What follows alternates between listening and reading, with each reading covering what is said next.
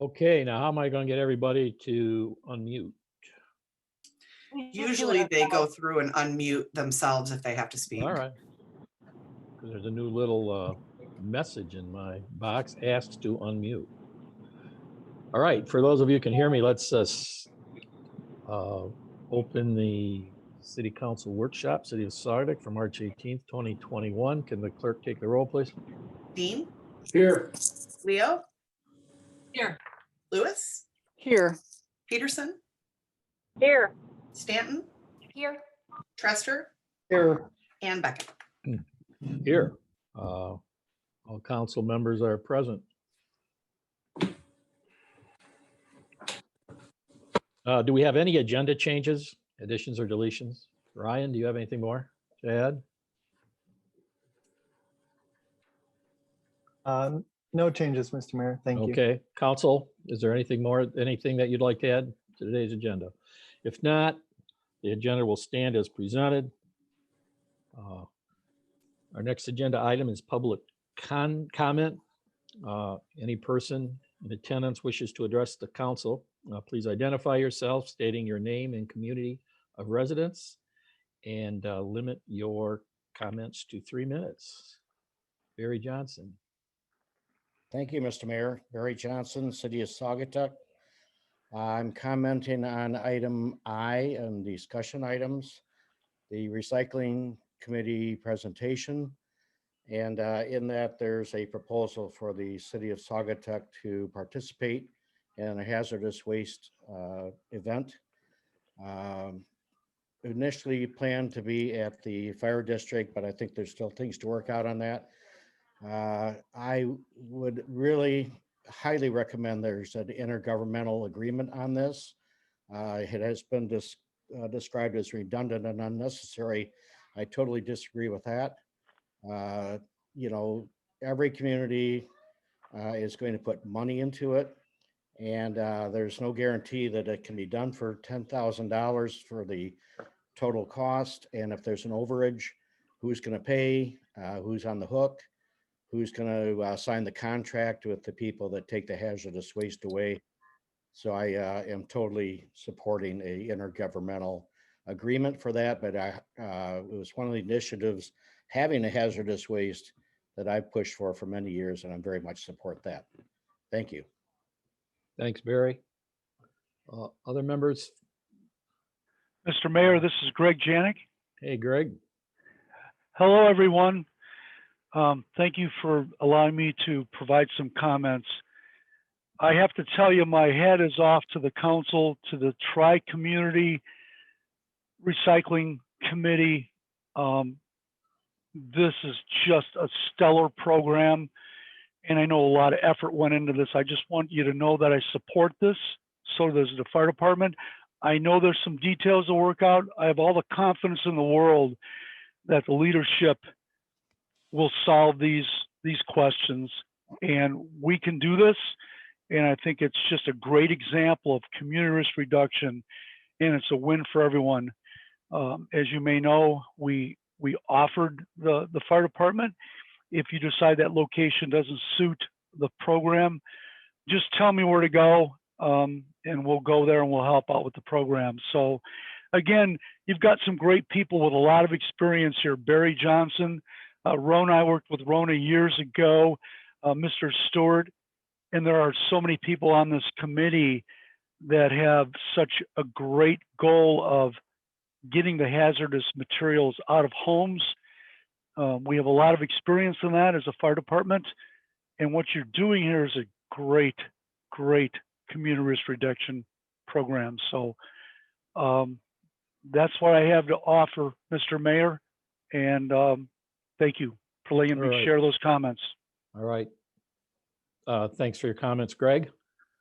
Any other member of our audience this afternoon wish to address council? Hello? Daniel Franco, and also I think Scott Sullivan. Okay. Thanks, Aaron. Scott, go ahead, please. Oh, well, sorry to eclipse you, Daniel. Yes, I would second the tri-community recommendation. In fact, I think the Rotary is going to try to assist with some of the help with that home hazardous waste collection. That's a good thing to do for the community. Secondly, I'm here representing the Mount Baldhead Challenge as a longtime race director. I will be happy to answer questions as best I can. All right, That's Scott. Good. If you could stick around for that segment, we may be calling on you. Appreciate it. I think there was another gentleman that wanted to address the council. Go ahead, please. Daniel DeFranco in Saugatuck Township. Oh, Daniel. Hi there. Hi, how are you? Good. I also am speaking on behalf of the or in favor of the household hazardous waste event being proposed by the Tri-Community Recycling Committee. I wanted to say that the way in which we came to household hazardous waste is because we got in contact with the head of the resource recovery and recycling program in Allegan, Rosemary. And Rosemary let us know that the number one concern of residents coming from our area was what to do and how to dispose of their household hazardous waste. Because none of the tri-communities are involved with the county. The county is of no help to us. So we saw this as something necessary and something that, you know, community members have identified as a need. And I also wanted to connect household hazardous waste with groundwater protection. All the communities are part of the Eagle Wellhead Protection Program. And the cities of Douglas, Saugatuck, and Saugatuck Township have all passed a wellhead protection ordinance. Part of that program is to emphasize anything in support of directing household hazardous waste to the right handlers and keeping it out of the ground. So I just wanted to, you know, emphasize that that's also in support of wellhead protection and groundwater protection, something that all the communities have recognized as something that is important. So thank you. All right. Thank you, Daniel. Any other member of the public wish to address council at this time?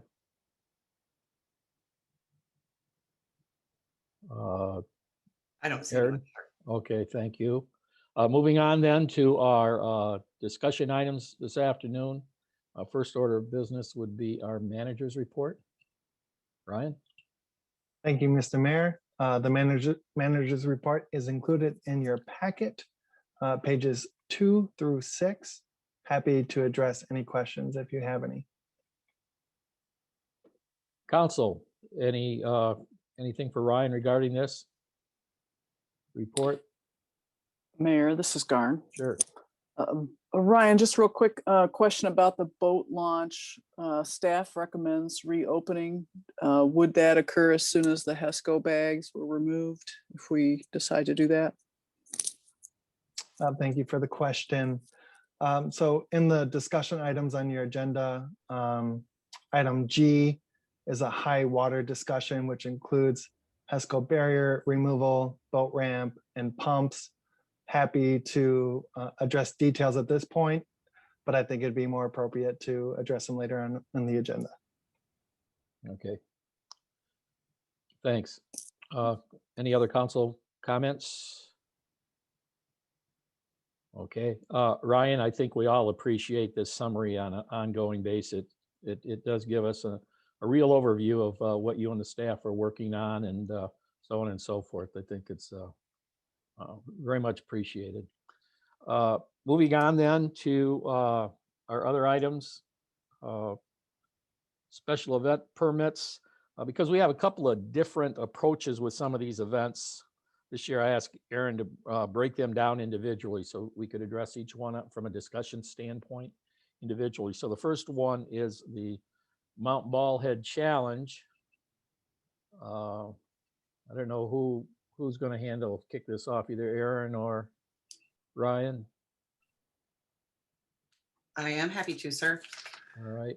I will just hit on the high points. Scott's on the line and can fill in on any details that you need other than what's in your packet already. But the main points would be that they're planning to do it on the 20th anniversary of September 11th. And we'll start with a little bit of a tribute to the first responders, which is not included in this packet. They would like to put up a banner for 15 days under the pallet sign.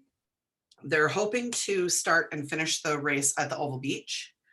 And they, due to the conditions out there, would like to know if they can use the concession stand because it's really difficult with weather and everything to put a tent out there. They also wondered if we could keep the bathrooms open for them, and they are exploring the possibility of asking for permission to close the Oval Beach to non-participants since they feel they'll probably take up most of the parking spaces.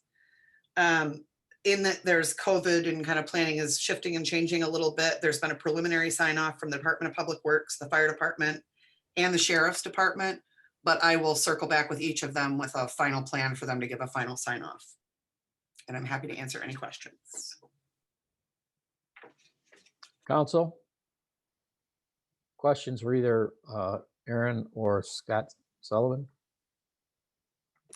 Mr. Mayor, Yes, Lauren. the only thing that I was wondering is, I know they were talking about closing the beach to normal visitors between 8 and noon. And I'm just hoping we can make sure we have signage that tells people that the beach will be open after noon to the public. I just think it would be good so people aren't, feeling like they have to turn around and not have their plans in place. And I just think the public should know ahead of time. And so there's just proper signage that says when the beach will be open to the public on that day, because we know September is lovely in Saugatuck for beach going. Lauren, thank you for your question. Yes, we can help you or provide that signage. Sounds good. Thanks. Mr. Mayor, Yes. to add on to Lauren's question with signage or concern, staff predicts that this is going to be troublesome for your citizens as far as closing a very popular parking lot and beach spot. So just would like you to take that in consideration under your review. Ryan, this is very valid, and it is something we have anticipated because, it would, I don't know if it would set a precedent. I assume that, Coughlin Park has been closed on the Thursday before the Venetian Fest for the activities that they have there and so on. But we recognize that. And, this is your decision, and we want to work with you to make it well. Thank you. Mayor? Holly? Two questions. I'm wondering what Scott at DPW's take on this is, just in regards to the bathrooms and the concession stand. And second of all, I'm wondering if it's necessary to close this to the public. Couldn't we possibly just use the back parking lot?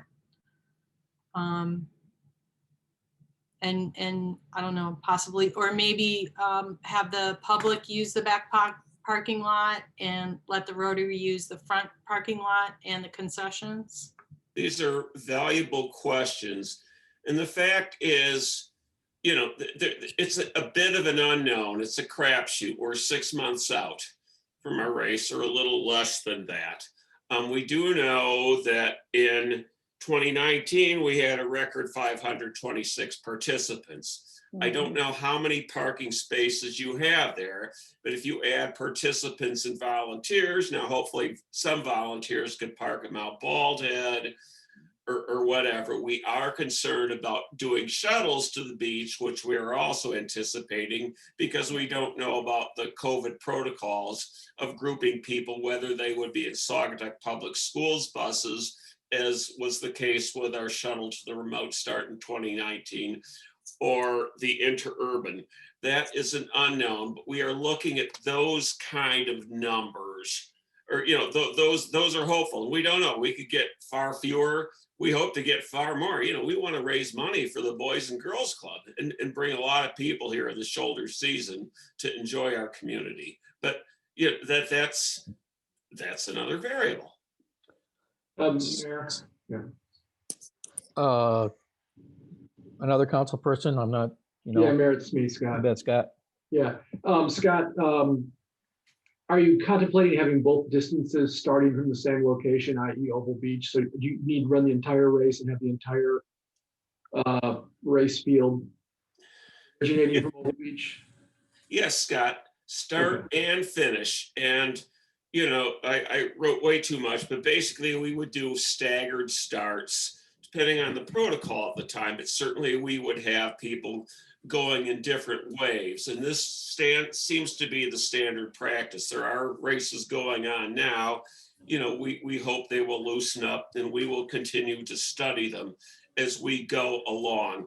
But yes, they would both start and finish at Oval Beach, and they would be in Saugatuck city limits. Mostly they would be on the surrounding trails around Mount Baldhead. There are maps on there about the course we are contemplating now, but there would be a stretch on Park Street and, you know, possibly on Perryman. We could also use the Woolham Trail, but, you know, possibly on Perryman.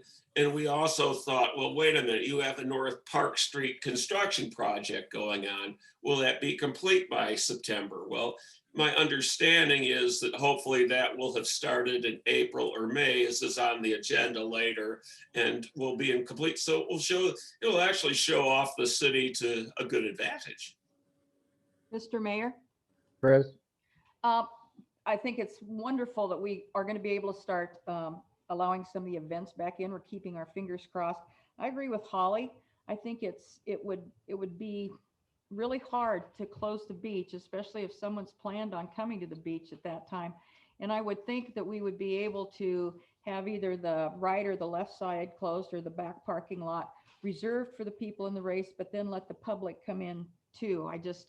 I know it's only going to be for a short time, but if you've driven all the way in here and you go to take your kids out to the beach and you get there and it's closed, that's going to be a hard message to get out there so that everybody is aware of that.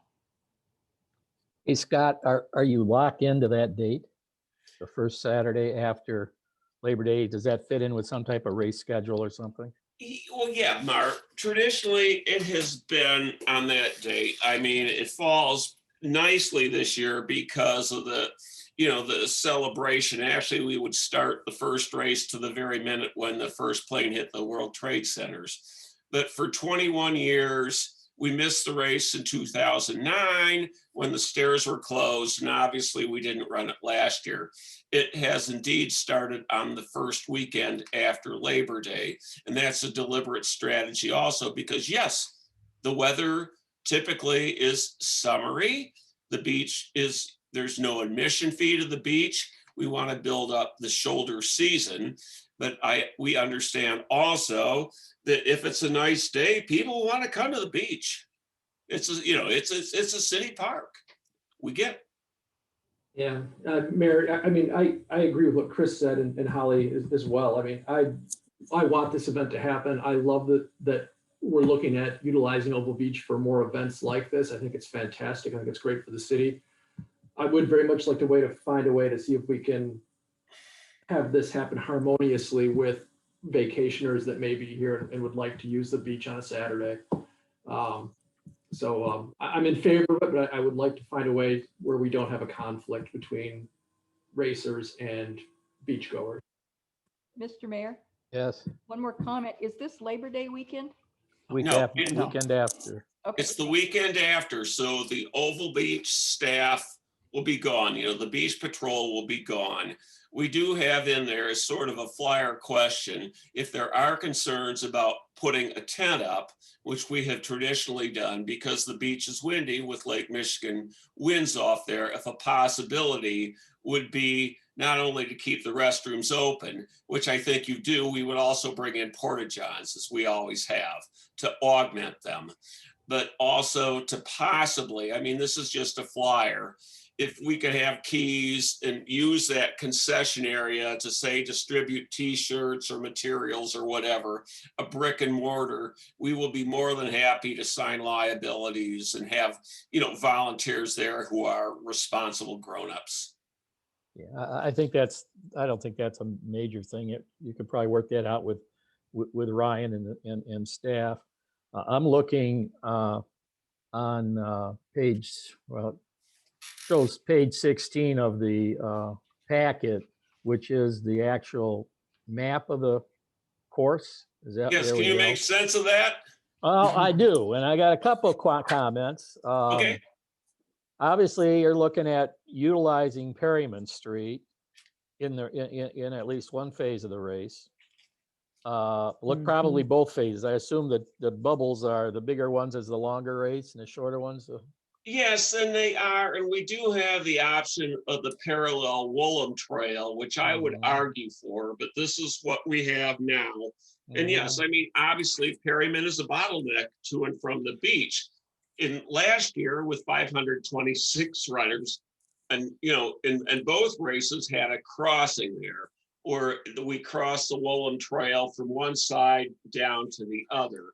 Now, some of the anticipation here is also to run it through, once again, through the Dune Ridge property, given we have their property owners okay on it. So, we could divert from some tracks, but yeah, that is certainly fungible. And if it's a point of contention, we can make it happen. Actually, I personally would rather have that because it means more trail and less street. But yeah, that's what the map shows, and that's where we are at now. Yeah. Well, an option would be the Woolham Trail that intersects with a trail that comes down into Van Dalsen. Yeah. And Van Dalsen comes down into Park, and you eliminate the Perryman Park Street issue altogether that way. And also, if we don't have a Dune Ridge buy-in, we could again cross, Perryman on the Woolham Trail and take it down to Bliss Street, which is how we have done it in the past. So again, we're prospecting. Yep. I just want to make sure councils can visualize Yep. where this is going. And then you're going up Mount Ballhead. And what it would do, Mark, up and down on Fishtown Trail. What it would do, and this is the latest, we are reducing the distances from what was obviously very popular and successful and raised record funds in 2019 from a 7.5 mile short, quote unquote, short run and a more than 12 mile long run to what would now be about a little bit over, right around 6 miles and 9 miles. But the course would start, on start and end. Both would start and end in Bald Head.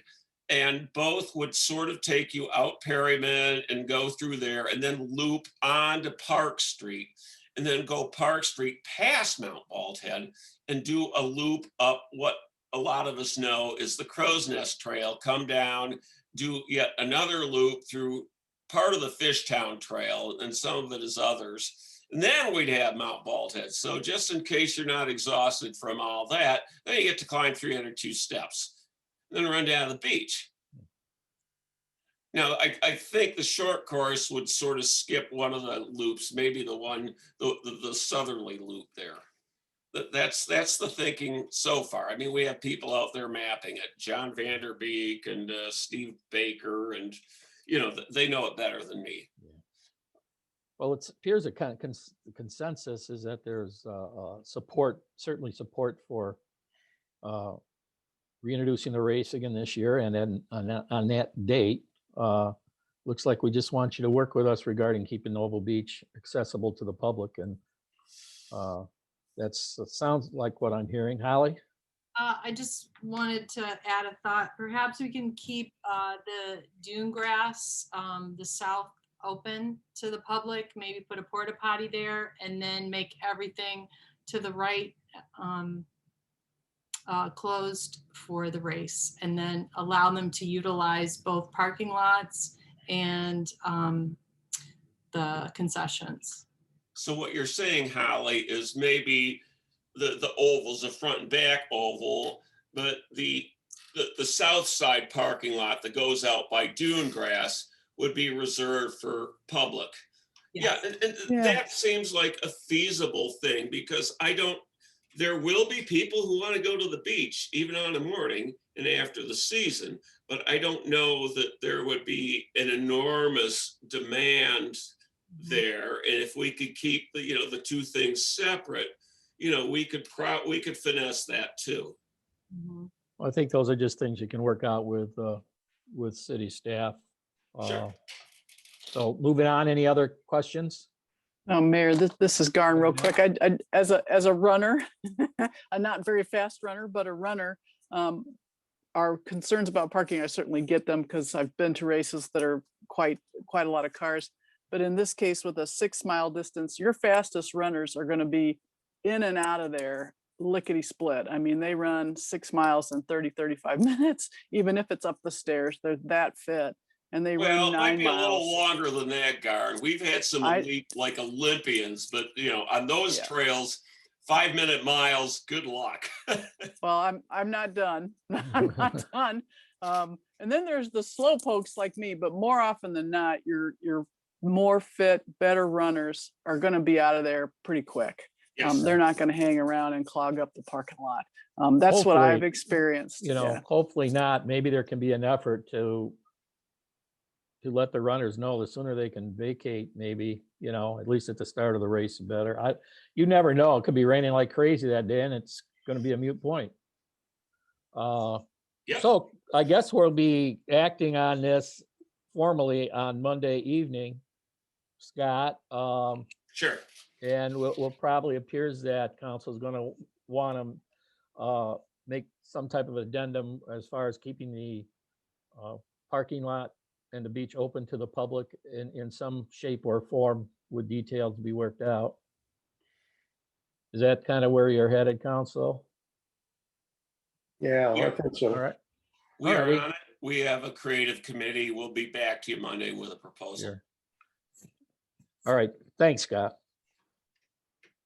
Okay, council and public, moving on to item C, town crier race. This one's probably a little bit more. I don't think there's much changes in past years on this one, is there? Not that I'm aware of. They're still finalizing some of the routes. But the town crier race they're planning to do on June 19th, a correction to the second paragraph, it's actually April 21st. Thanks to Jenny Pearson for catching that. That there's going to be a public safety meeting and that will iron out a lot of the details of what specific roads they're running on, where we need to put barricades and signage and kind of all of that sort of stuff. But we do have preliminary sign off from all 3 entities who need to sign off on it before it can come to you. And I will circle back with them and get a final sign off once everything is finalized and settled. Okay. All right, council, any council comment or questions? It's a pretty well run event. It's been, I don't know how many years, I've got to think 10 to 15 years. 17th, I'm the announcer.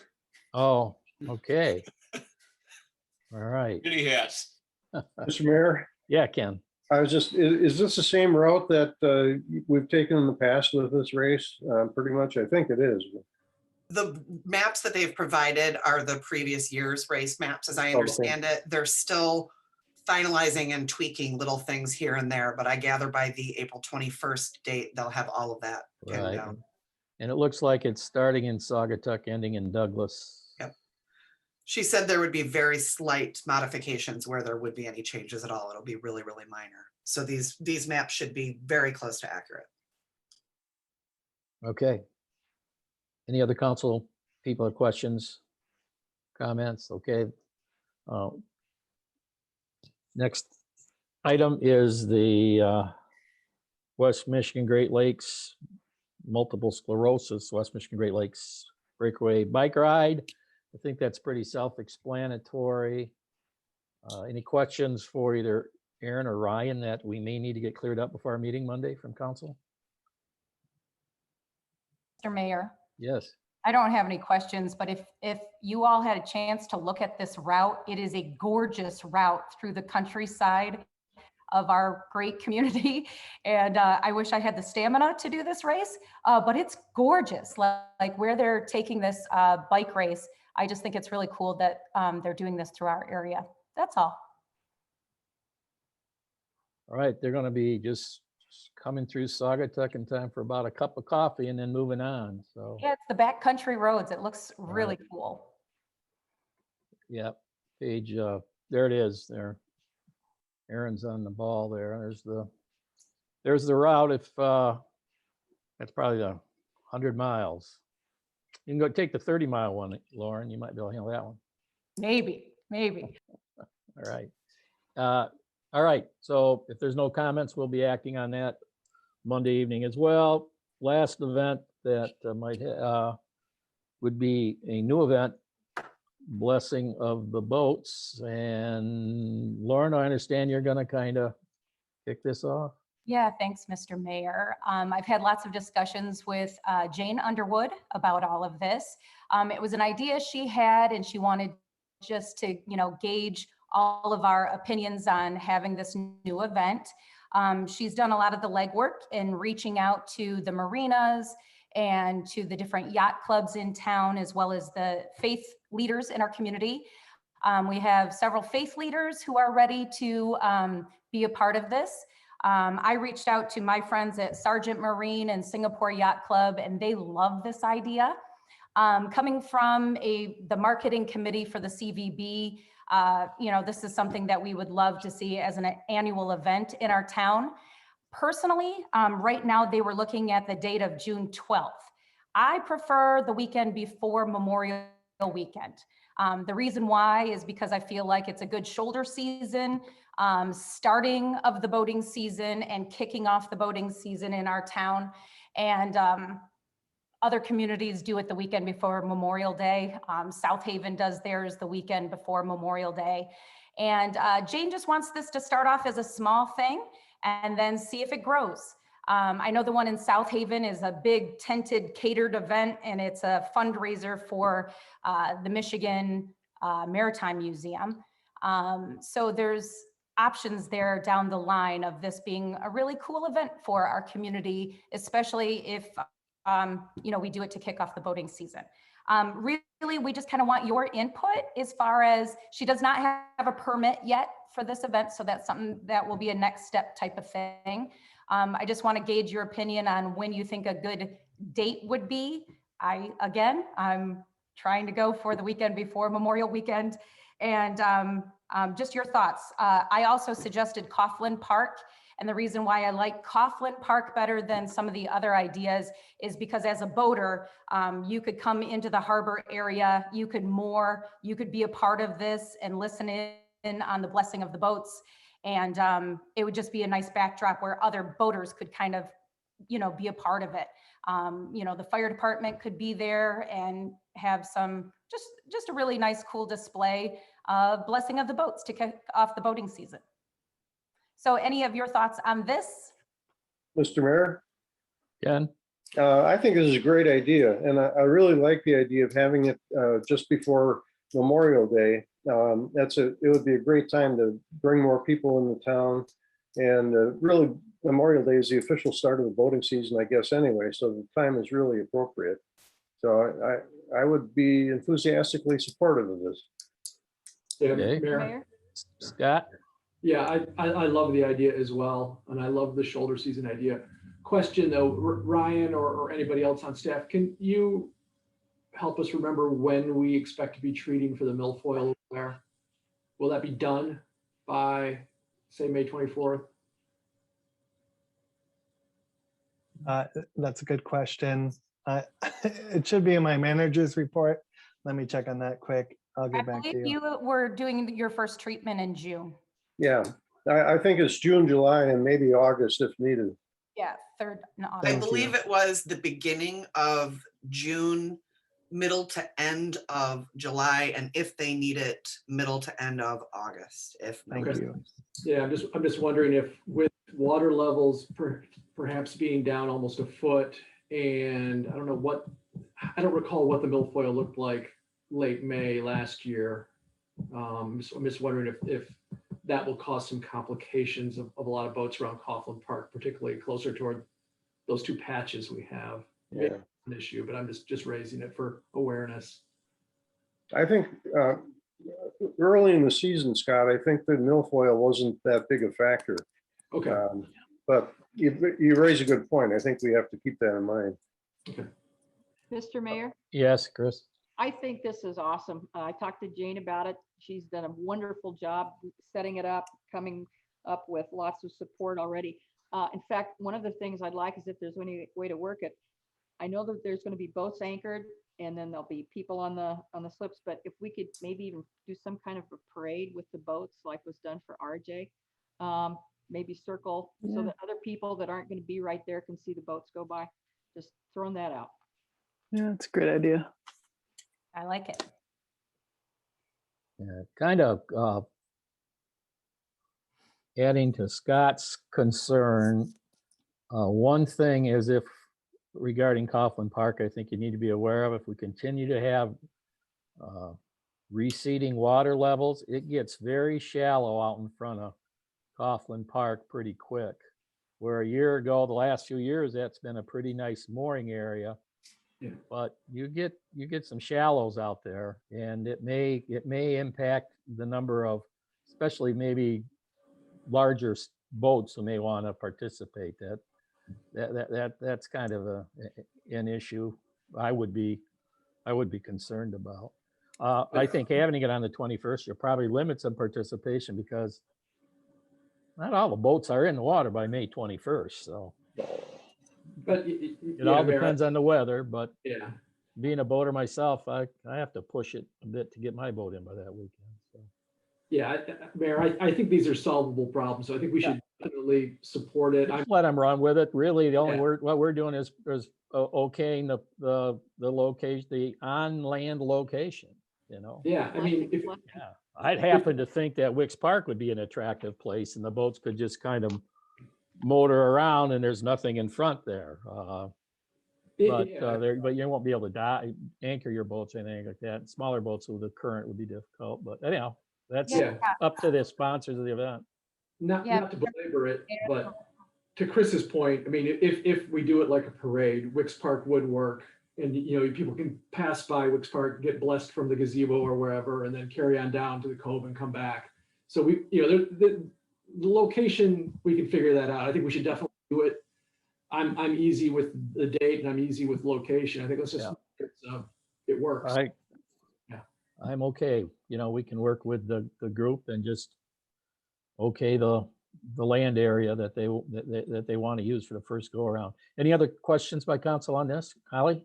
I just wanted to comment. I love the idea. I think it's really creative and fun. I actually like Jane's date better because I think there'll be more boats in the water and more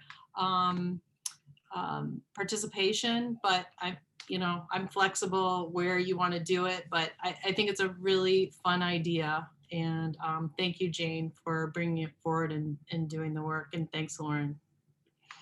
Yeah, that weekend though, does that conflict with the run with the No, that's the town following. cry? When Town was Crier is June 19th. This the would be 19th? 12th. Okay. And then you have another weekend there too between Memorial Day and right at the weekend after Memorial Day could also maybe be something to look at. That's usually a real downer weekend in town. But It'd be pretty Oh, cool. you're thinking June 5th, 6th? Is that what? yeah. Yeah. Yeah, the weekend, Memorial Weekend and the weekend before can be dead, like horrible. Horribly cold, but. Yeah. Mr. Mayor, Yes. from a staff perspective, really cool idea. I feel like it's coming at the city kind of quick, but that's okay. We're nimble. Just a couple concerns. One, just what you're approving is the use of the land. To your point earlier, just a separation of church and state. Just keep that in mind. That's kind of a really touchy area. And then also just to make clear that staff is really not in the event planning business, so to speak, and that we hope that expectation is that this group will take all the planning and organizing of this event upon themselves. So those are just a few of the staff concerns. Mr. Mayor? Yes, Ken. Yeah, to add to the concerns, I see that Chief Janik is not, I don't think is on the meeting anymore, but I know from doing the boat parades and such in the past that he has grave concerns over safety on the water, and we'll want to involve him very closely. he'll want to have his boats out there and his crew as well. Mr. Mayor, Yes. I have one other thing to contribute. I'm not sure that the times conflict, but with setup and breakdown, I'm not sure. There are weddings, I believe, June 12th and 19th in Coughlin Park. Okay. Well, I think these are all things that can be worked out. We can basically, we have several options Monday evening. We can either approve it in concept, or we can have it come back to us when they work out specifics with our staff. I don't really think there should be too much involvement from the city standpoint. Actually, I mean, we're not, other than letting them use our, property. Hopefully, we're not going to get into that event get too involved in that. If there is, with Ryan's other concern regarding the church and separation issue, we've had enough events over the years that we've had vetted by the attorneys. Sunrise services, sunset services, weddings, things like that.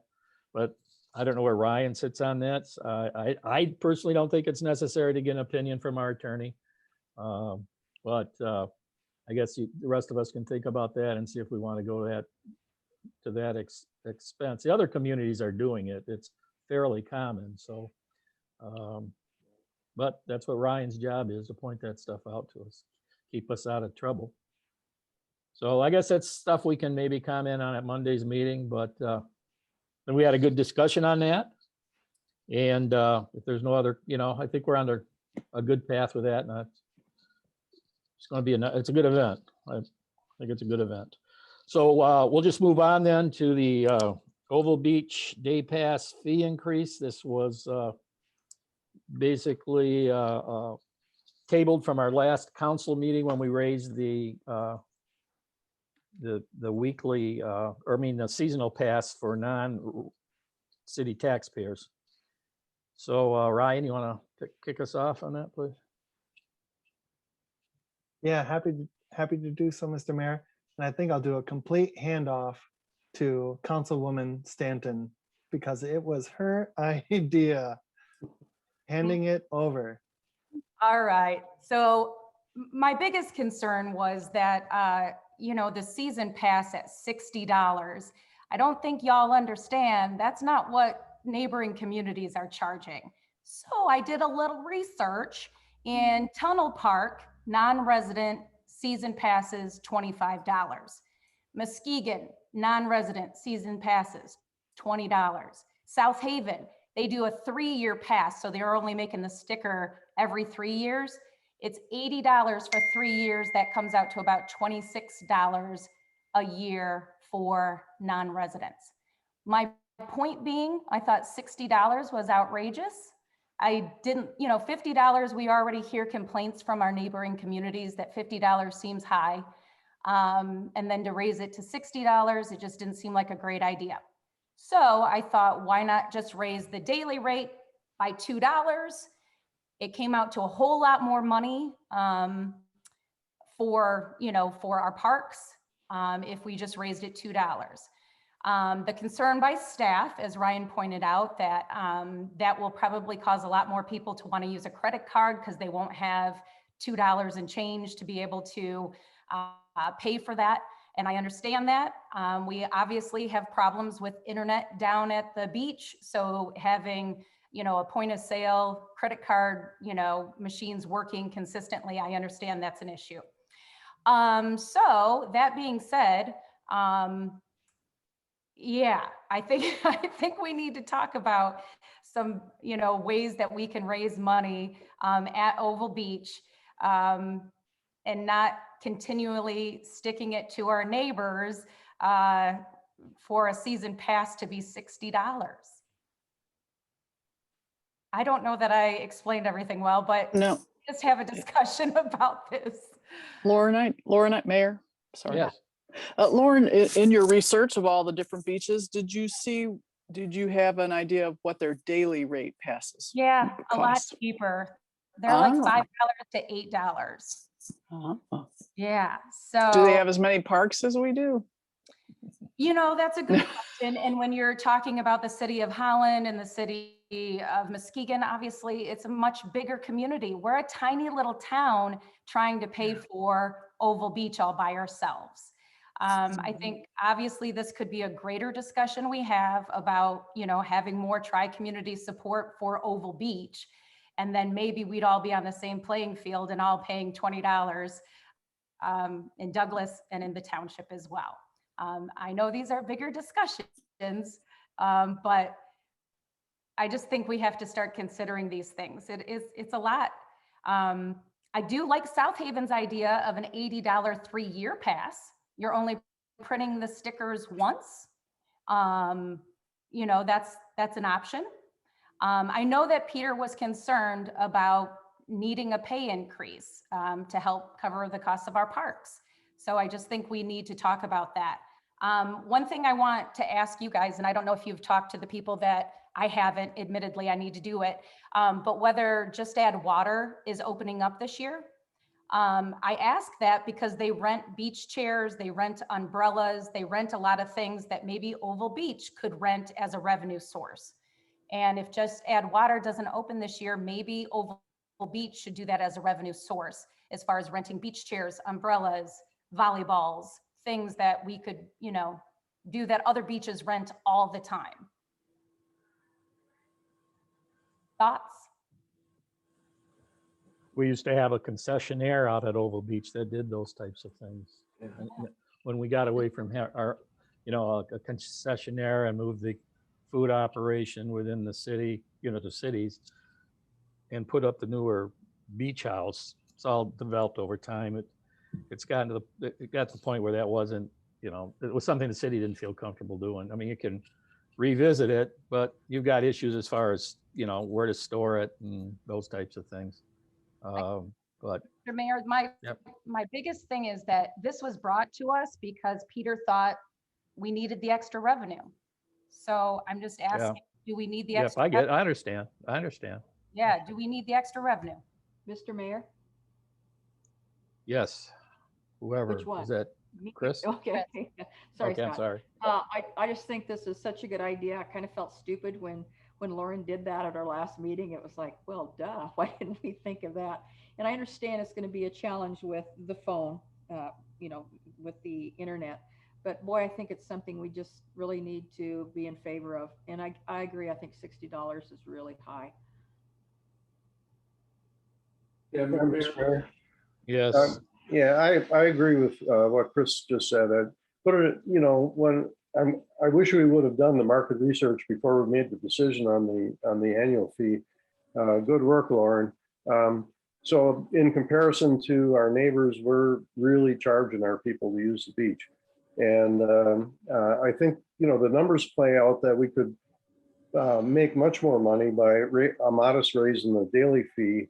And although now we've passed a pretty significant raise in the annual fee, we're kind of stuck here. But I think from the standpoint of possible revenue generation, I'd support raising the daily fee a couple of bucks. Mayor. Yeah, I'll build on what Ken said.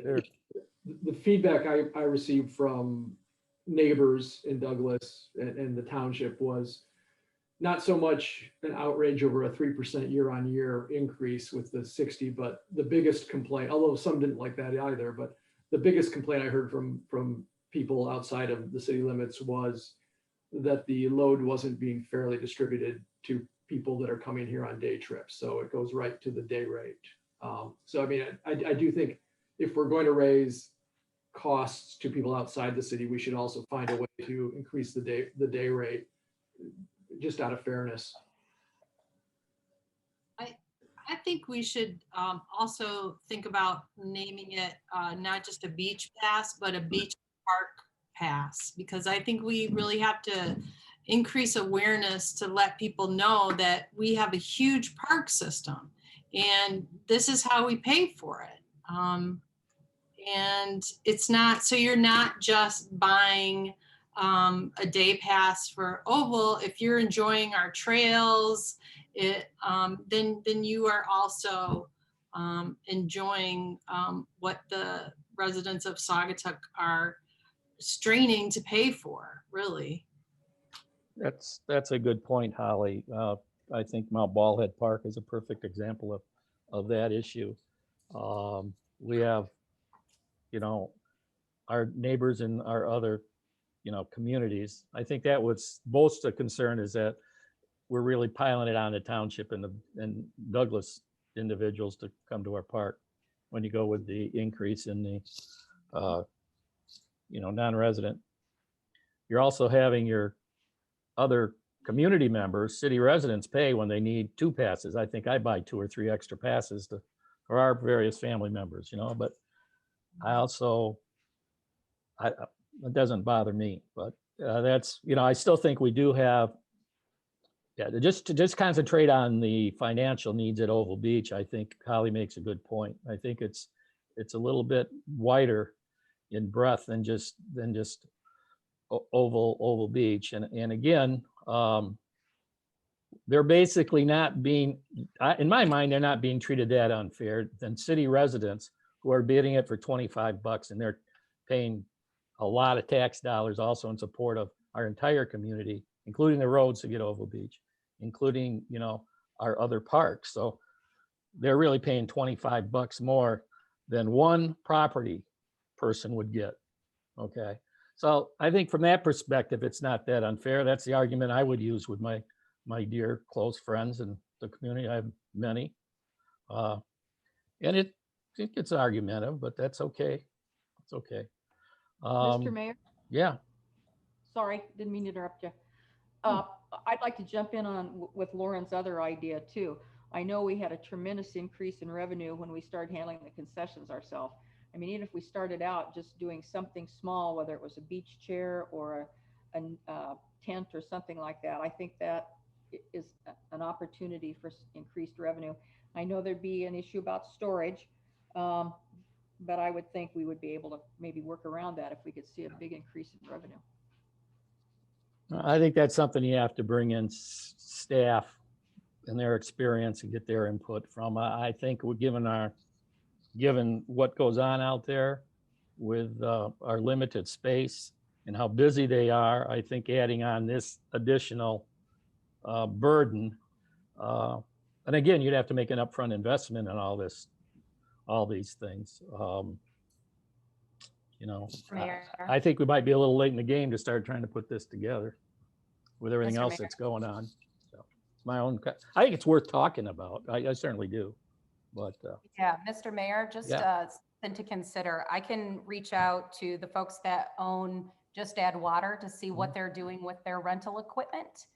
It could be something where the city, if they're not opening, we could buy, because we had such an increase of funds from last year because so many people went to Oval Beach. With that extra money, we could buy some rental equipment and then in turn make it all back in one season. As somebody in the rental business, it works quite well. It's possible. I understand that. Yeah. But I still think we have to get input of staff as far as the logistics and the additional manpower, et cetera, et cetera. I'm certainly not against looking at it. I mean, I'm a businessman too, and I understand wherever you can generate additional funds, it's certainly something that has to be looked at seriously. Mayor, this is Garn. Yep. Might I suggest that we put together a little mini work group to work with Peter and Ryan to include Lauren and maybe one other council member to come up with a plan for, I have here resident pass, daily or non-resident pass, and daily pass, and come up with a plan and bring it back to council. Okay. All right. Holly, are you game for that? Sure. Huh? You mind? Yeah, no, that's fine. Okay. Another thing I was thinking of is possibly we could do it this year and just have a vendor do it.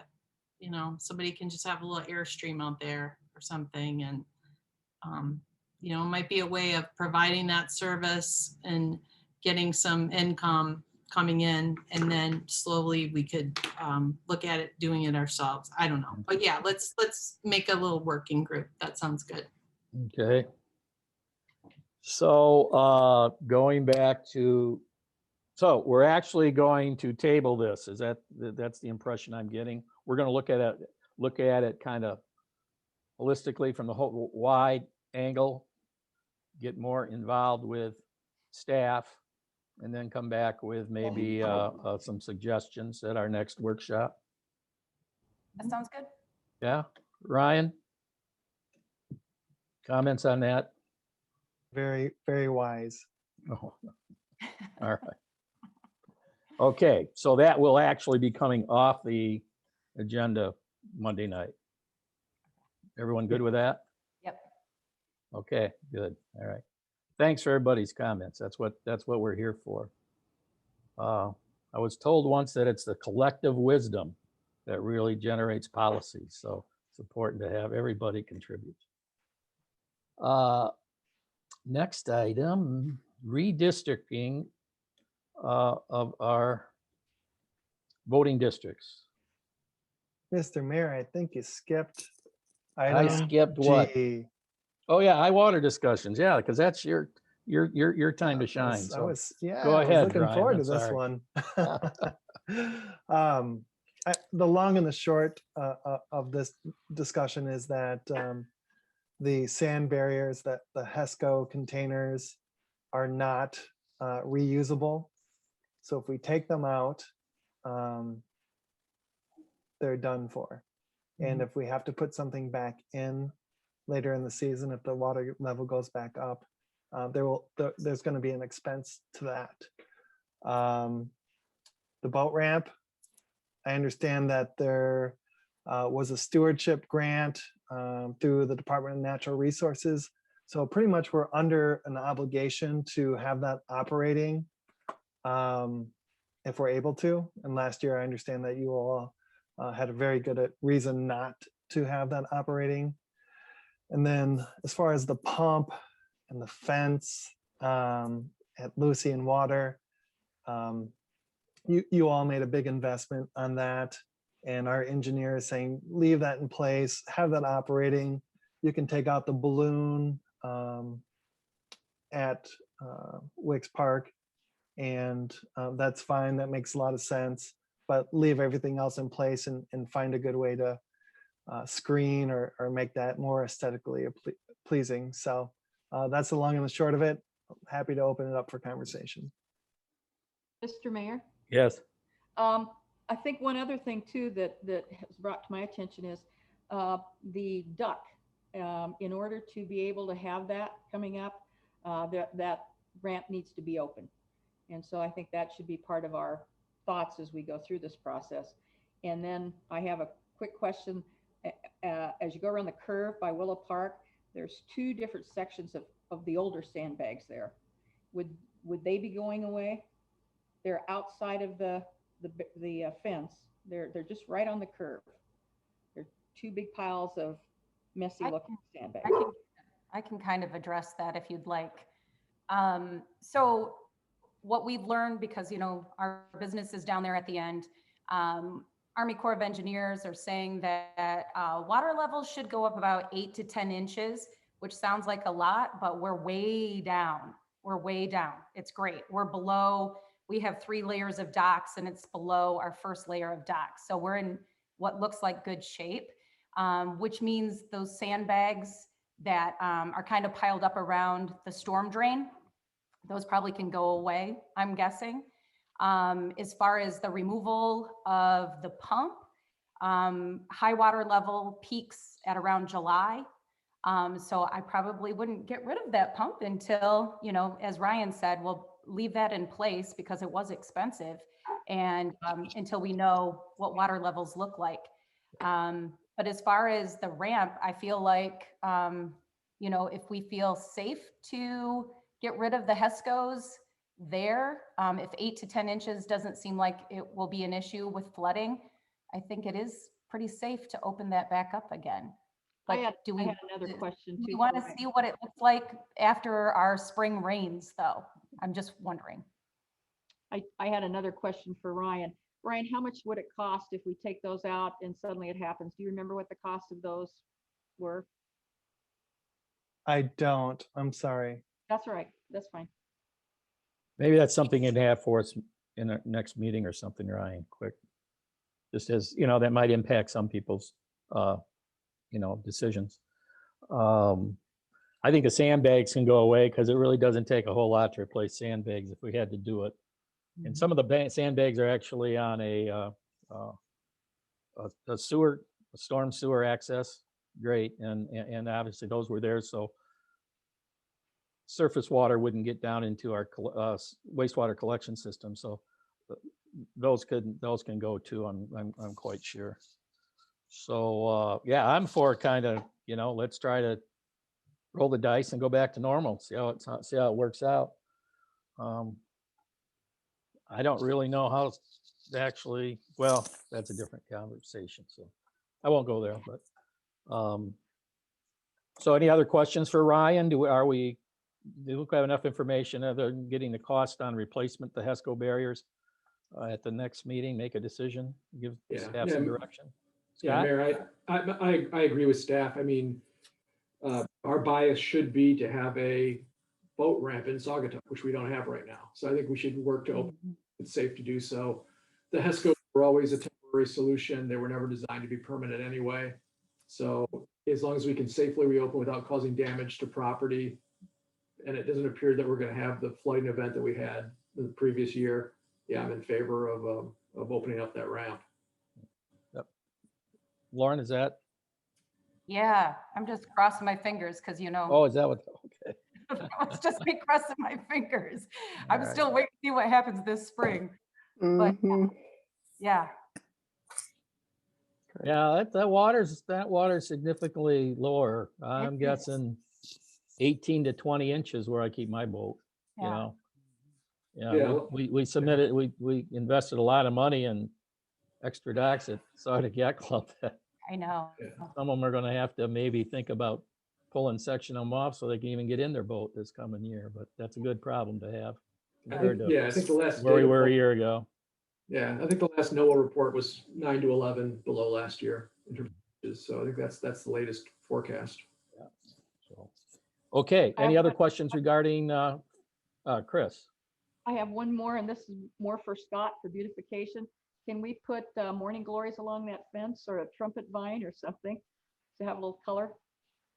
Just a suggestion. I'll take the question, Mr. Mayor, if that's okay. Oh, sure.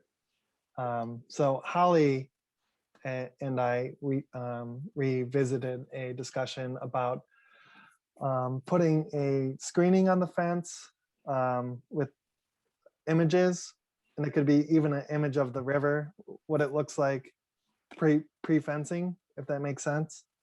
The other idea that I explored with Scott Herbert was putting some planter boxes in front of the fencing just to make that more aesthetically pleasing. So staff is working with Holly to explore those solutions.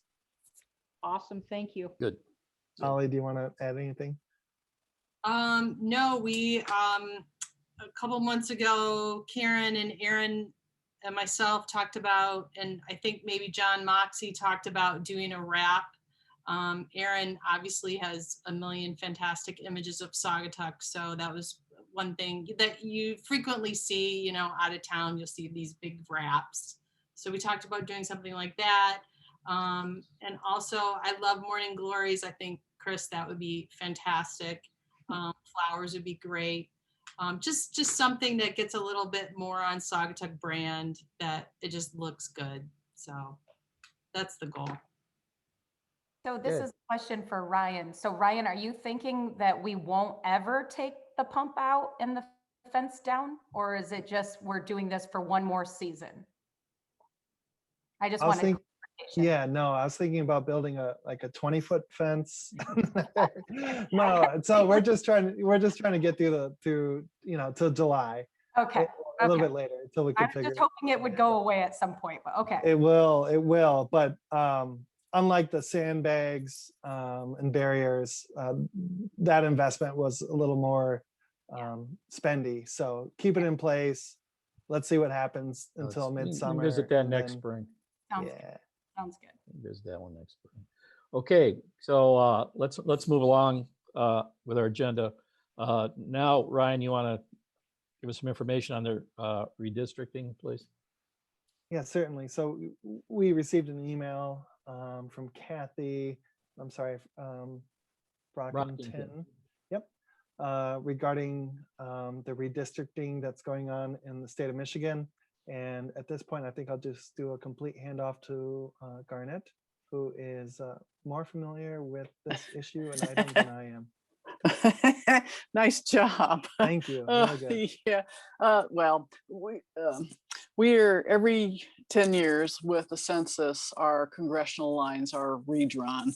And in the past, that used to be done in our House and Senate. And this year with, I think, the passage of Proposal 3, if I remember the correct number, that is now done by an independent commission. And they are beginning to have their forums across the state. But with that comes concern, specifically to those of us who are currently in the 6th congressional district, that what we might be moved back up in the 2nd congressional district. And without getting into too much, there always gets to be these concerns of communities of interest. And Kathy went into that in her email. So this is basically Kathy, through her involvement with the League of Women Voters, they are basically trying to be proactive and begin to put together a case for why we need to stay certainly within Allegan County collectively as a whole, rather than being kind of divvied up like we were in the past. So that's kind of the gist of it. You know, all these communities of interest will have the opportunity to make their case. A lot of the initiative, a lot of the push behind communities of interest are primarily our minority majority districts that tend to be divvied up. So this is Kathy looking for involvement, participation, and helping make the case for us staying, I think, within the 6th, or what will be, whatever they call it, whatever the number is, because we'll lose a congressional seat this year. We will, because of population decline.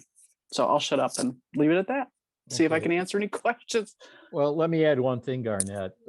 You offered to represent the city working with Kathy on this. Is that still a? Happy to. Okay. Yeah, happy And to. you do have a unique understanding of this, so I appreciate that. Does any other council person like to participate in this at all? I don't think Kathy would mind having another voice. If none, we'll just let it. Any questions? First of all, any questions? Mr. Mayor, I think just a point of information, Aaron has put on the screen that there is a webinar related to this issue. So if you want to join that and learn more about it, there is the information we can share with council. We'll push that out. Okay, great. Thank And you. then Garnett, we'll just leave it to you to interface with Kathy as appropriate.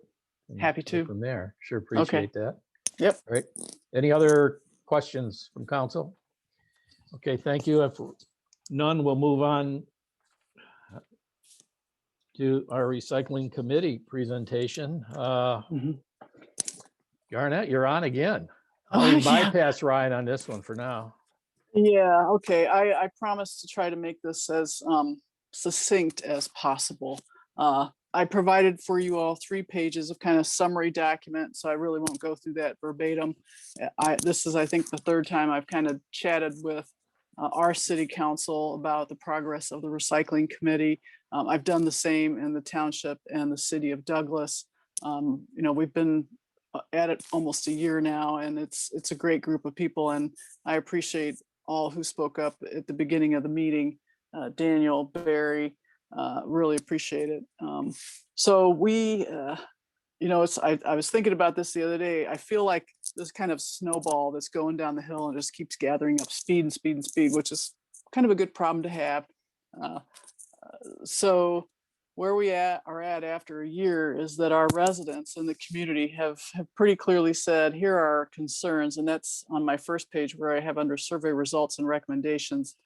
I basically talk about the things that our constituents, our collective constituents brought up as concerns, where we are on those. So the yellow bag issue, we believe, knock on wood, that is now resolved. That was a big major issue in the township.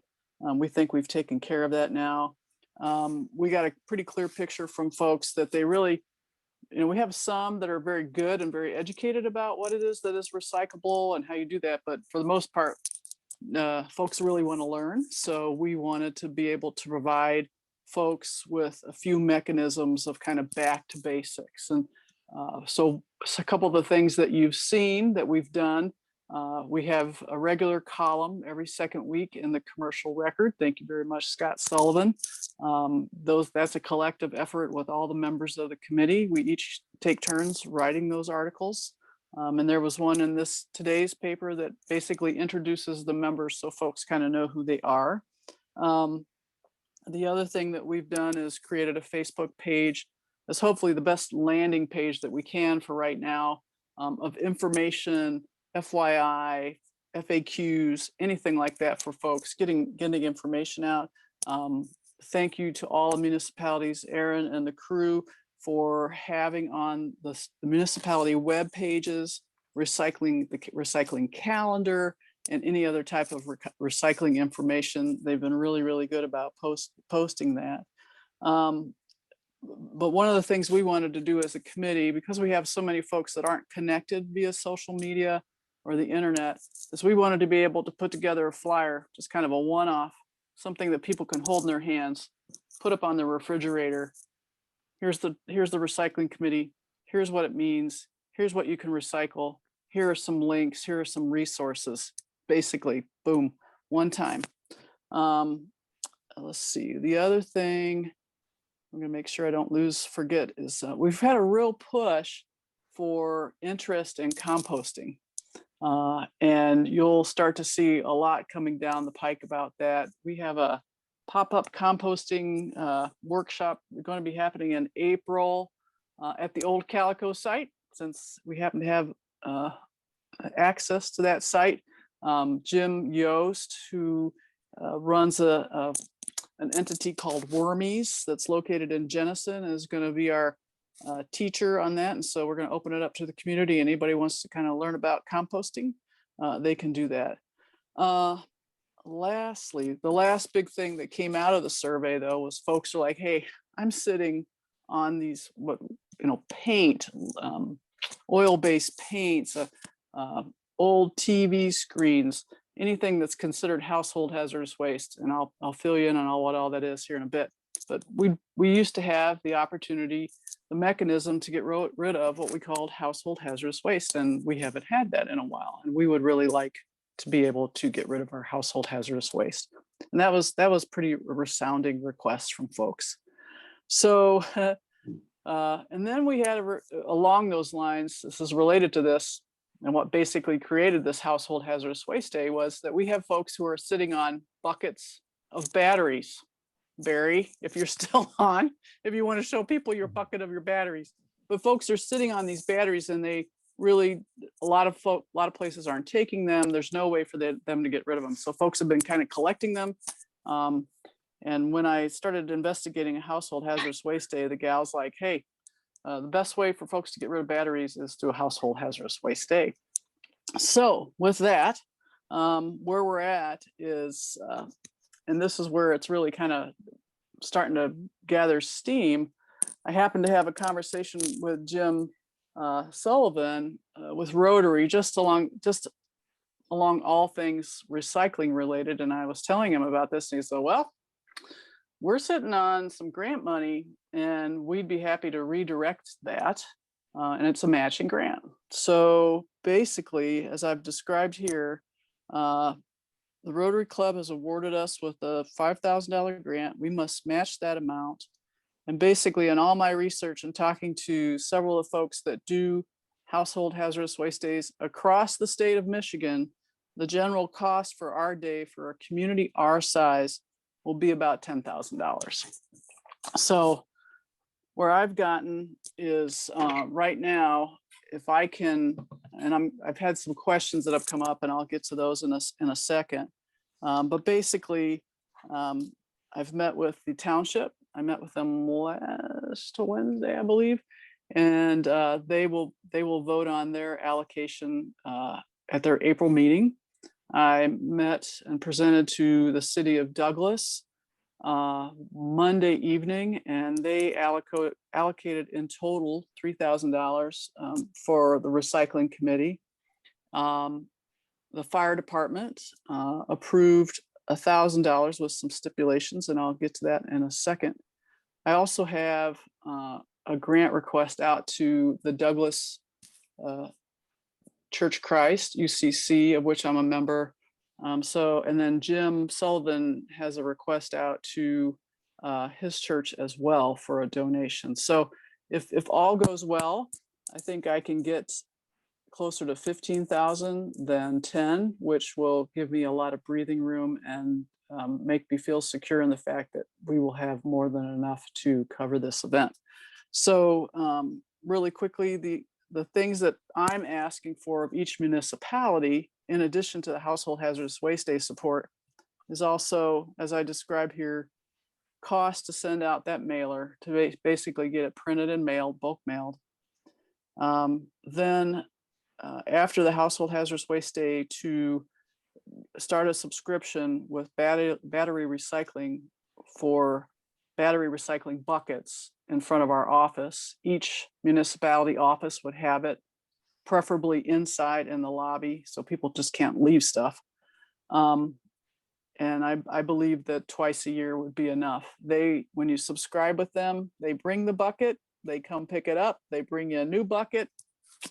It's not something that's just a pile of batteries.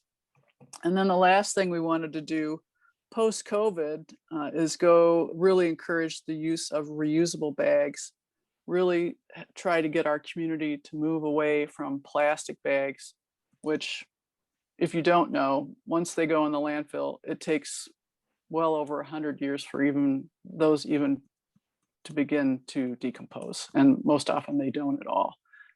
So there's a real push, not just with this committee, but really across our area and across the nation, to really start to move away from non-recyclable plastics. And so this is our effort to do that.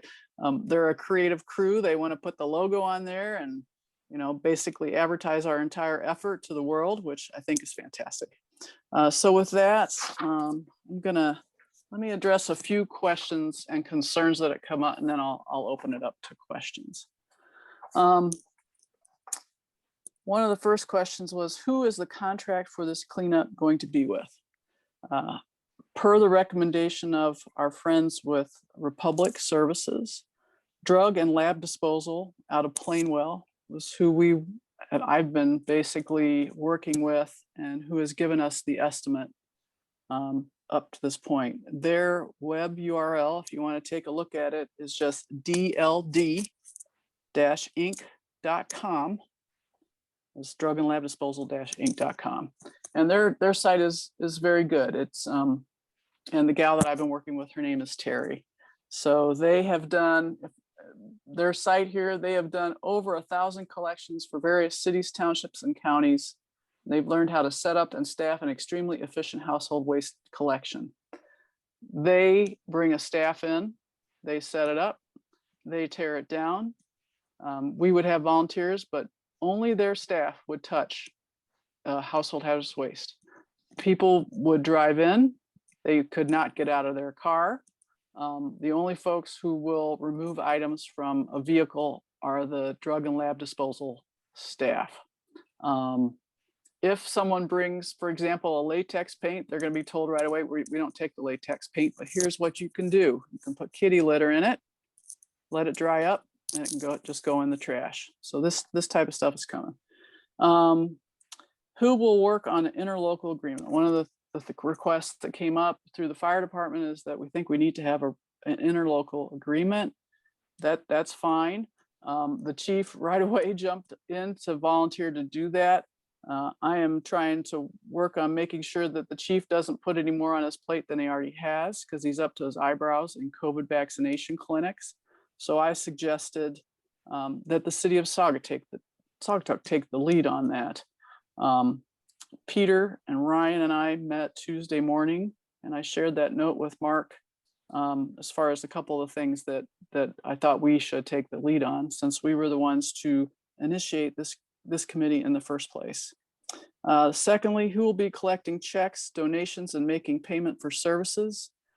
City of Saugatuck is willing to take the lead on that, per Peter and Ryan. How will expenses be capped? There's a sense that there's a lot of household hazardous waste material because it's been several years. Basically, this is going to be a very limited event. It's going to be from 9 a.m. to noon. People are going to have to sign up in advance. We're going to limit it to 20 vehicles every 15 minutes. So I'll have no more than 240 vehicles that will be able to sign up. That's it. My resource for a very successful household hazardous waste day is a gal by the name of Kate Neese in Clinton County. Her county-wide household hazardous waste day, they generally run it for 6 hours, and their last event for the spring didn't amount to any more than $9,000. So with it very controlled like that, I think that we will be just fine in keeping things within reach. Let's see, is there any need for insurance coverage in case of an accident? Terry, my gal at Drug and Lab Disposal, is checking this out to see if they are basically an insured mechanism so that we don't have to worry about this. So stay tuned. I think that's about the most important things. I'll leave it at that. Holly asked, Garn, can you explain what household hazardous waste items are? I can send you the link because there are quite a few. There are a lot, and this drug and lab disposal will take just about everything. But should we do this, we will blanket the airwaves with what it is that can and cannot be accepted, and work with drug and lab disposal to make sure that nothing is left behind. So with that, I'll shut up and let y'all ask questions. All right. Council, ask away. Aaron, does it include old computers or cell phones? Yes, actually. So a couple of answers. So if folks bring a monitor, like a TV monitor or a computer monitor, those are items that can't really, they'll take them, but we'll ask for $10 for each monitor. And that is half as much as what any place that does take them right now will charge anybody. Everything else, like an iPhone, an old Kindle, all those types, they want those because those things could be taken apart and parts used over again. So they are hot to trot to get those types of things. They're like, bring them on. So the only thing that we'll ask for folks to pay for is if they bring a monitor. And Ken knows this. We've had it happen a couple of times where folks just leave a TV monitor out there on by our trash cans. Republic won't take them. So, but drug and lab disposal will, but it costs you $10. So I think it's a great idea. I'm so happy you're doing it. Good team effort. Yep. Other council, Christine? Yeah, what about air conditioners? Old window air conditioners? Let me see. I'll wait to answer that question, Chris. I can find out. I don't want to say something wrong. So I don't think so. But I don't want to, I'll make sure I have a complete list for everybody. You got an old air conditioner, don't you? Yeah. Got. Yeah, not to make this into a quiz for Garn, but tires? I don't believe so, but I will find out. You have tires. No. Do not dump no them in the tires. Allegan forest. Yeah, there's enough of them there already. Yeah. Garn, Yeah. in your in the memo you forwarded to us, you were kind of questioning the need for the interlocal agreement. Is it something we really need to do? Go the expense of having attorneys put it together and all that? Yeah. Personally, I don't think so. You know, the chief's not on anymore, but he was kind enough to jump up and volunteer to do that. Their attorneys are our attorneys. So it's basically, we've already entered into a tri-community agreement with the other two municipalities. So it seems rather redundant. I really don't see the need for it. If we want to, if we wanted to just dot our I's and cross our T's, we could amend that resolution for the Tri-Community Committee and just attach some kind of agreement, a hold harmless agreement or something. But yeah, again, it's going to cost us several $100s to do this. So I'm right there with Ken, because I mean, the committee's tri-community and the fire department is tri-community. So what, like, this seems, and the other two communities that you've already talked to, who one of whom is already giving you money, didn't care about that. So I just don't understand why. This is something we need. I think, I want to be at the top of the list, ready to drop all my stuff off. I just don't see why we have to go through this extra expense. yeah, and the chief is excited about this. And actually, when I first approached the chief about this, it was primarily to make sure that that the fire department wasn't holding a household hazardous waste day.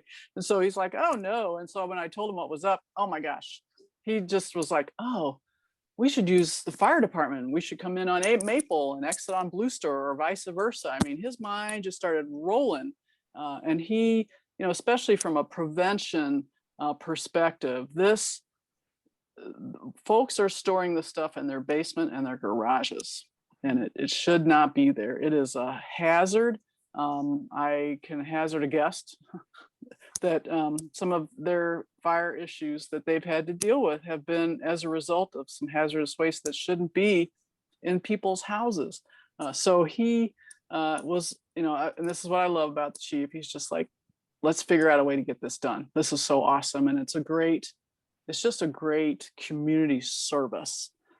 So any way that we can make this as easy and accessible for our residents, the better. And folks are hot to trot. I'm already getting calls about it. So I've suddenly become the expert on this stuff, and I know just enough to be dangerous. Yes, ma'am, Lauren, I see you waving. Yeah, maybe this is just a staff thing, since the city of Saugatuck, Ryan was talking about city of Saugatuck taking the lead on that. I'm a newbie, so I don't know how this works. When you're collecting money from other agencies, and it's part of a tri-community committee, where does the money sit in a pot, if you will? And how does that get paid out? And if there's extra money, does it stay in the tri-community committee pot for the next year that we do it? And I guess maybe people just want to know that. Yeah, thanks for the question. Yeah, I will. Thank you. You want to respond? I do, Ryan, Mr. Mayor. please. Thank you. So it's our preference, Peter's preference, to just invoice directly rather than having all the funds come in and sit in a reserve or a particular line item. So we'll just invoice directly. So we'll collect funds and it'll be very transparent, and we can just invoice directly. That's Peter's preference. And because not to prolong this conversation, but the city of Douglas not only is donating to the household hazardous waste, but they're also going to participate in other events. And rather than collecting their allotment, we're just going to invoice as we proceed with those events, if that helps. Yeah, thanks. Yeah, Peter, he's another one that'll find a solution given the challenge, and he was right there right away on Tuesday, which was much appreciated. So, and Douglas has already said to him, send me the invoice. So they're like, okay. I will add this, that I think you're going to have some blowback from the fire district if there is no interlocal agreement. I believe that was part of their motion. I wasn't there. I am just going by what I was told from representatives of the fire district. our representative from Fire District, that their board was insisting on interlocal agreement. The fact that funds are being involved and we are actually going to be billing other parties to, I think it's a good financial practice to have an interlocal agreement in place. Also, once this agreement is in place, it's fluid and it can go into additional years, or if you decide to do these on a semi-annual rather than annual basis. I'll let Ryan speak to whether from a administrative and management standpoint it's good practice or not. I'm just adding what I was told by the chair of the fire district. And I'll leave it at that. Might end up being on City of Saugatuck property instead then, but that's what I've got. And that's, the message that I'm bringing. I would prefer an interlocal agreement, but, I'm not going to follow, I'm not going to make a big deal out of it. Other than that, one entity is insisting on it. One of the participating entities. And I will tell you that that's such a great location, and I think we should go ahead and try to find a way to appease the fire board, if that's what helps us have it there. I just think it's a really good thing to do. It's a great location. Agreed. Okay, any other comments regarding that? So I think this is something that obviously any interlocal agreement will have to come back to, if one does get developed, it'll have to come back to city council for approval. So I guess more to come on that particular issue of this. This seems like just a small little hurdle compared to the importance of this type of event and service it's providing to our community. It's a long time in coming. We had these on a fairly regular basis for many, many years, and I think there's going to be a big turnout, like Garnett is hinting. So better sign up early. Any other comments? I guess the only thing, is that we would appreciate the full support of the city. I've provided a table on the last page of what we're looking for and what it'll go for.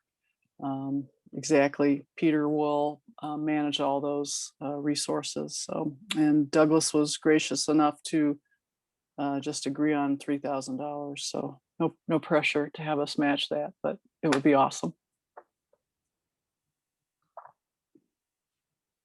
All right. Okay. Then I don't know. Will we be taking action on anything Monday night? I don't believe so. This is information only at this point, correct, Garnett? Well, it would help me to know if I've got the support financial, at least, because that'll help me get the ball rolling on some other things. So I would, Well, all right, if we so could maybe- make a decision. Yeah, maybe Ryan can put together some type of motion with a not to exceed figure of 3,000, 4,000, 5,000 or something like that. After you and him maybe have a little further discussion on that and present it to us. I'd rather see it rather than a flat amount, of some type of amount not to exceed. Sure. We feel comfortable with. Sure. Okay. Sure. Ryan, you good with that? Then Yes, sir, Mr. Mayor. Yeah. Okay. Go ahead, Okay. Garnett. Sorry to interrupt. That's okay. And just lastly, then underneath that table, some additional considerations that I think moving forward, and Barry's, he might still be on the line, I don't know.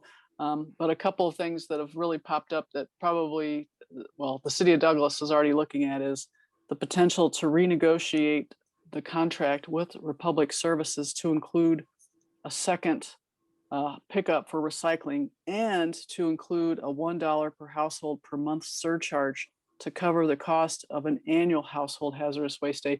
This came specifically from a visit that Barry and I had with Al up in Laketown Township, and Al provided us with a copy of their contract.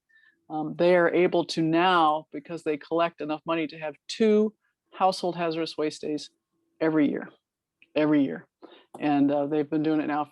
Yeah, this will be the first year that they go to 2, because they've just collected so much money, which is huge. So that is our recommendation as a committee, that we begin to consider the process of renegotiating that contract. Were there any arrangements that since Republic then would be collecting a surcharge? Yes, they would collect it, and they actually, you know, Jack Brown is our new representative now, Right. and he's Carrie Rattinger's replacement. They actually reached out to Al this year early and said, you know, we're feeling kind of bad because we have this surplus in your fund from this surcharge. We think you should do a second day. Yeah. Okay. My question is, are you So- locked into Republic to then be the vendor for the hazardous waste collection? Well, what Republic does is they contract with a third party, like drug and lab disposal. Okay, good. That's one of the third parties that they contract with. Something to know in advance how that Yeah. would work, you know. Mhm. Any other comments from council on this? Thanks for All right. listening. Yeah, well, no, you know, you guys been doing a great job with this, and this is really a critical event for us all. And so there's no more comment on that. We'll move on into the second phase of public comment, where the public can comment on any item they wish. If you wish to address council, please ask to be recognized, identify yourself by name and community of residence, and limit your comments to 3 minutes. Mr. Johnson. Thank you, Mr. Mayor. Barry Johnson, City of Saugatuck. Very interested on the redistricting thing. I just wonder if you might want to reach out to the community and maybe put a citizen into that little subcommittee. They could contact City Hall, put their name in a hat. You guys could appoint one. I think there'd be some interest in the citizens to do that. And then on the second one, the hazardous waste pickup. Let me give you a scenario. You tell Jeff Sluggett, our city attorney, that we're going to handle hazardous waste.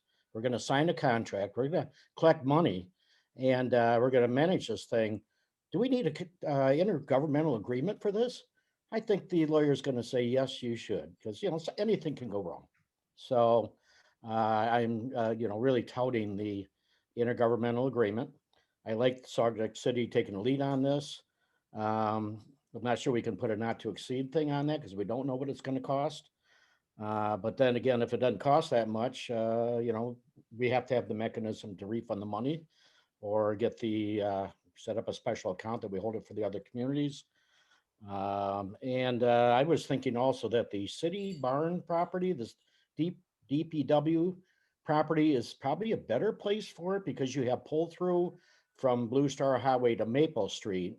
Whereas at the fire district, yeah, you can get out onto Maple Street, but you go through a private easement. And so you're going over private property, and it would eliminate any of the worries or the extra work to get permission to carry hazardous waste if they coming in from Maple. Our property seems to be better suited for that. And that's all I have to say. Okay, thanks, Barry. Any other member of the public? Jane Underwood, I see a hand. Yes, thank you, Mr. Mayor. Let me give you just a little background on this blessing of the fleet. I'm sure some of you remember the gorgeous old yacht that was in Saugatuck late last summer down by Coral Gables. Well, many of us just thought it was absolutely stunning. And of course, I had to Google it. And it has participated in a blessing of the fleet up in Harbor Springs for a number of years. And having been on the river for many, many years and paying the price with the dermatology department, I just thought we should have a blessing of the fleet here in Saugatuck. I've talked to a number of people, and I think we're going to start out small and just see how it flies. So again, thank you for your support. Okay, thanks, Jane. Any other? Is that Dan Fox that wants to address council? Dan? Thanks, Mr. Mayor. Two quick things to help clarify or add a little color on the fire district.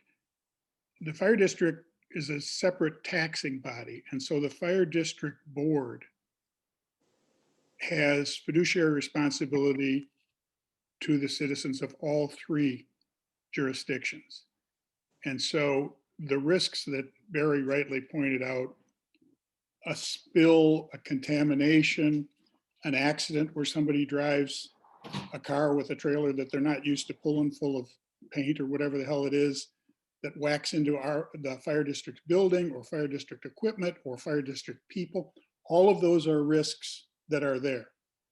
The fire district board, in terms of the household hazardous waste collection to a person, it was a unanimous endorsement of that effort, and not least of all by, as Garnett said, by Chief Janik, who wants those waste items that are explosive and so forth out of people's homes and garages for reasons of community risk reduction, which is high in the department's list of missions.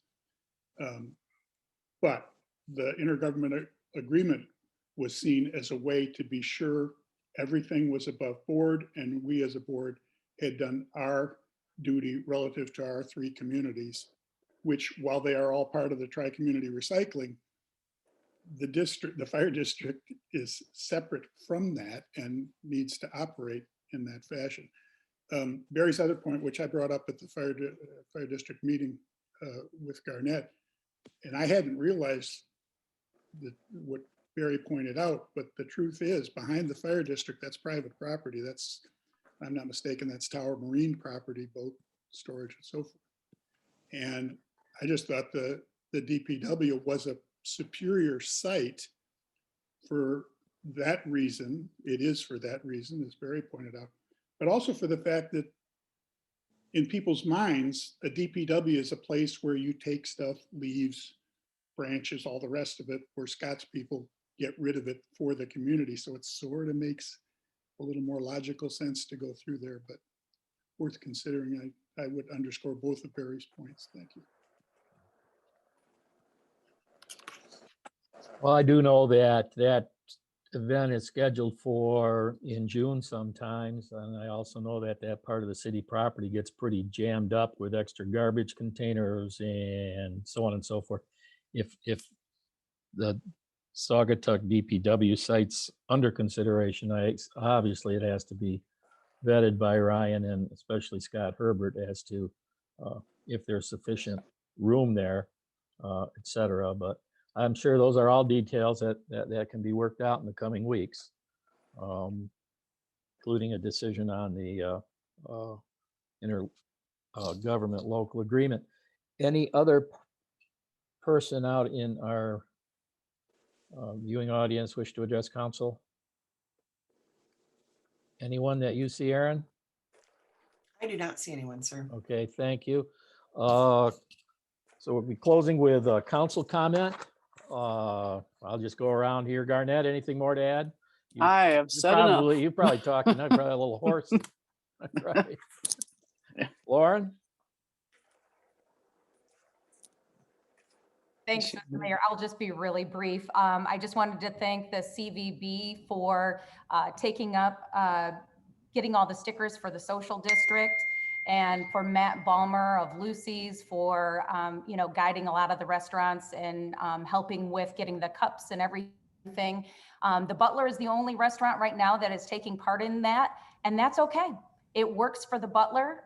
It might not work for a lot of different restaurants and bar owners because the fee is pretty high that the state collects. The whole idea that the state did this was to help bars and restaurants, but it's a hefty fee. So a lot of people are considering that. And they're also considering the fact that we're ending the social district before Memorial Weekend. So some of them are just saying it might not be enough time for us to make that money back and earn extra money on the social district. But meanwhile, the Butler is doing it. It works great for them because they're right next to the park and they're next to the boardwalk, and it's working great for them. So big thanks to the CVB for helping with that. That's about all. All right. All right. Thank you, Lauren. Holly? Nothing at this time. Thank All you. right, thanks. Scott? Nothing tonight, Mayor. Okay, doke. Chris? Nothing, Mayor. Okay, Ken? You still on there? Anything here? You're all set, Ken? I'm all set. All right. I have no further comments. So I'll entertain a motion to adjourn the workshop, please. So Make a moved. motion, we adjourn. And okay, moved by Trester, seconded by Lewis. Yeah. Clerk, please call the roll on the motion. Trester, Yes. Lewis, Yes. Bean, Yes. Leo, Yes. Peterson, Yes. Stanton, Yes. and Beckon. Yes. Thank you, everybody. Enjoy the rest of the evening. Okay.